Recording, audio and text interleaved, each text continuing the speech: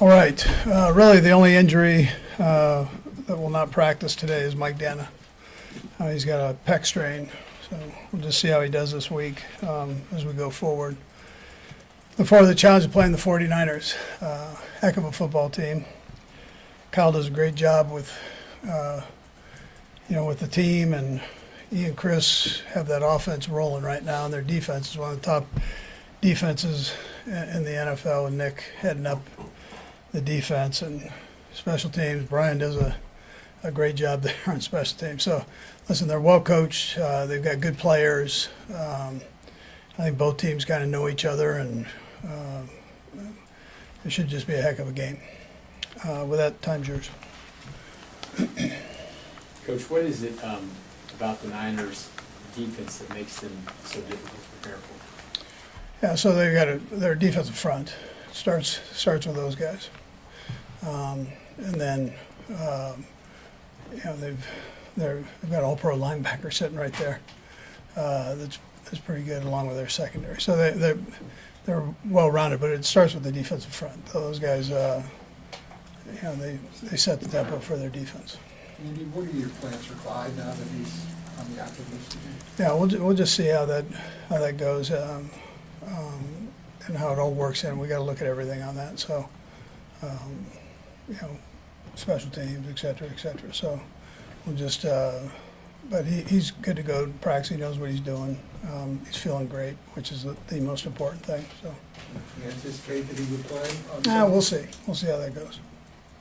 And is Super Bowl footage of any use at all at this stage, based on the timeline and things they're doing differently? Yeah, I think both teams will look at that for sure. Yeah, you're going to look at everything. I mean, over the time that we've had against each other. I mean, along with the games we've already played and they've played. So you look at all of that.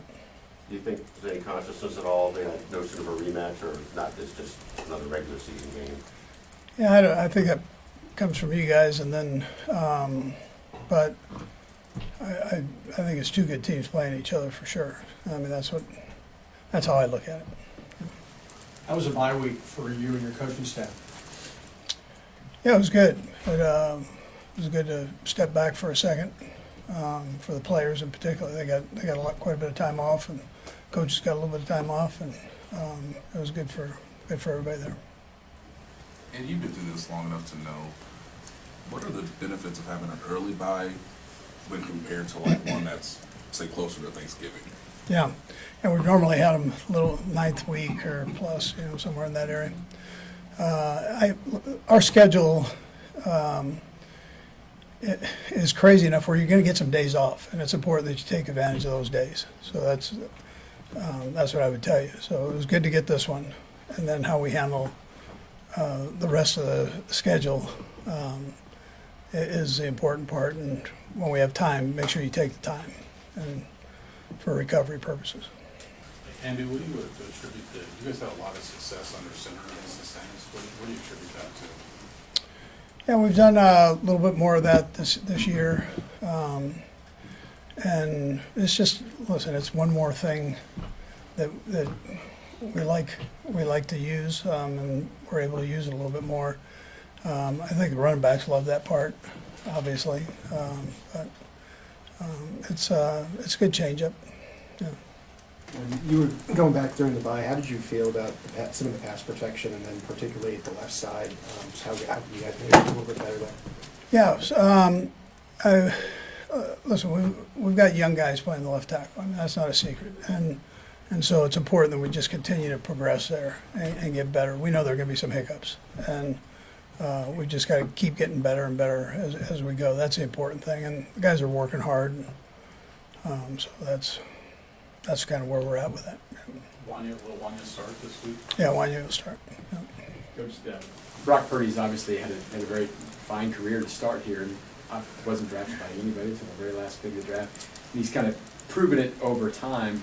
What do you see from him as he's gone through here, getting a couple years into this thing, where it seems to not be dropping off? No, I think he's a heck of a player. I remember the head coach at Iowa State saying this guy changed the program around, and when you make a statement like that, and he's a good football coach, when you make a statement like that, that's bold, and it's we all see why he said it. You know, he was right on with that. I mean, this kid's he's a heck of a football player. What was just kind of your impression so far, just how much that JuJu has kind of been able to kind of pick up where he was, you know, in 2022 when he was with you guys? Yeah, well, first of all, he's a veteran. He works hard and he's smart. So I think all of those kind of go into that. And you know, Pat has trust in him. So, and we as coaches have trust in him, and we try to put him in good positions for his strengths and try to utilize those. And that's, I think, all of those things kind of add up to production. But the main thing is he's kept himself in great shape and he's smart. You know, he knows how to play the game. He said when he got here that he watched last year and saw Rashid doing a lot of the things that he had done the year before. Does that make him just a really good piece to have around when you do lose Rashid? Yeah, you and I have talked about this, Matt, but the guy opposite Kels ends up being very important. That they know how to play the game and can kind of do similar things that Kels can do. And it's you know, if you can get that, then you know, you've got something going offensively that way. So he did that before. You know, Pringle did that before him. We've had guys in those spots that could do that. So it's you know, that's a positive thing. Anyways, JuJu's good with that, and yeah, they are similar things. They're doing similar things. Okay, thanks, Coach. Pretty good.